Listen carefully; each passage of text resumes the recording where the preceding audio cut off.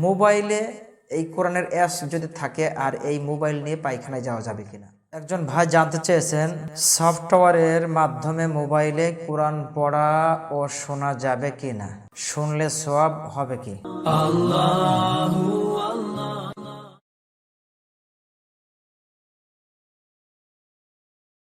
কোরআনুল কারীম এখন বর্তমানে যে মোবাইলে একটা সফটওয়্যারের মাধ্যমে ইনস্টল দেওয়া হয়, ইনস্টল দেওয়ার মাধ্যম দিয়ে মোবাইলে বা কম্পিউটারে কোরআনুল কারীমকে অন করা যায়, অফ করা যায়, অন করে পড়া যায়, এটা সত্য।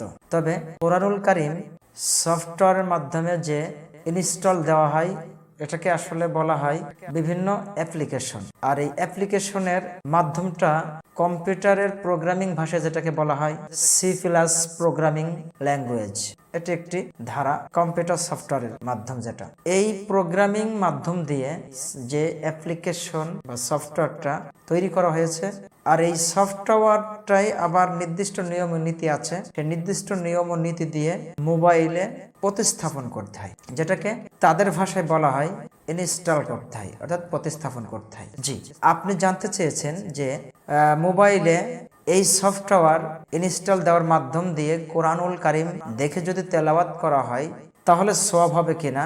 জি ভাই, কোরআনুল কারীমের এই সফটওয়্যার মোবাইলে ইনস্টল দিয়ে যদি আপনি তেলাওয়াত করেন, আপনার আমলনামায় অবশ্যই প্রতি হরফে হরফে যে 10টি করে নেকি কথা নবীজি সাল্লাল্লাহু আলাইহি ওয়াসাল্লাম বলেছেন, মান ক্বারাআ হারফাম মিন কিতাবিল্লাহি ফালাহু বিহি হাসানাহ ওয়াল হাসানাতু বিআশরি আমসালিহা।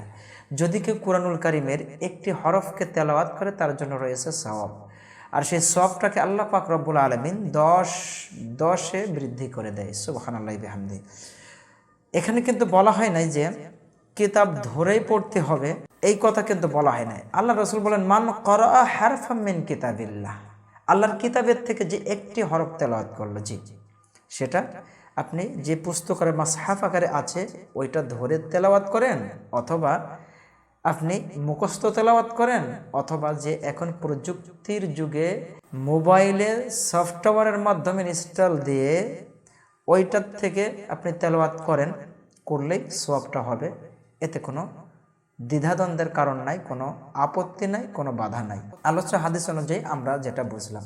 তৃতীয় কথা, যে মোবাইলে যে অ্যাপসটা থাকবে এই কোরআন অ্যাপসটা কি ওযু সহ পড়তে হবে নাকি ওযু ছাড়া পড়া যাবে? জি ভাই, কোরআনুল কারীম যেটা মাসহাফার আকারে আছে এটা ওযু ছাড়া পড়া যায়। কিছু ওলামা ইকরাম এই বিষয়ে মতামত দিয়েছেন, আবার কিছু সংখ্যক ওলামা ইকরাম ফুকাহা ইকরাম তারা মতামত দিয়েছেন যে ওযু ছাড়া কোরআনুল কারীমকে ধরা যাবে না, স্পর্শ করা যাবে না। এটা হচ্ছে দুইটা মত, আপনি যদি একটা মানেন তাতে সমস্যা নাই। তৃতীয় কথা হলো যে আপনি ওযু ছাড়া মোবাইলে কোরআনুল কারীম তেলাওয়াত করতে পারবেন, এতে আপনার গুনাহ হবে না। কারণ একটুখানি আপনার ব্রেন দিয়ে বোঝার চেষ্টা করবেন, একজন মানুষ যিনি কোরআনের হাফেজ অথবা হাফেজে কোরআন যেটাকে বলা হয়, তার মধ্যে তো কোরআনুল কারীম আছে না নাই? অবশ্যই আছে। এখন ওই ব্যক্তি যদি তিনি তেলাওয়াত শুরু করে দেন ওযু ছাড়া, তাহলে কি তার কোনো পাপ হবে? না, কারণ তার মধ্যে তো কোরআনুল কারীমকে সিনায় ঢুকাই দিয়েছেন কে? আল্লাহ রাব্বুল আলামিন। তিনি তেলাওয়াত করবেন, সওয়াব পাবেন। ঠিক এই কোরআনুল কারীমটা তার মধ্যে প্রতিস্থাপিত হয়েছে আল্লাহ রাব্বুল আলামিনের বিশেষ রহমতে, আর এটা একটি নির্দিষ্ট মেমোরি কার্ডে সংরক্ষিত হলো। ঠিক মোবাইলের মধ্যেও ওরকম একটি নির্দিষ্ট মেমোরি কার্ড রয়েছে, সেখানে সেটা সংরক্ষণ থাকছে। আপনি অন করলে পারে সেটা দেখছেন, পড়ছেন, বাট আপনি কিন্তু আসলে ওর উপরে হাত যাচ্ছে না, আপনি শুধু এইভাবে স্ক্রিনের উপরে শুধু টাচ করছেন, ওটা বাইরে চলে আসছে।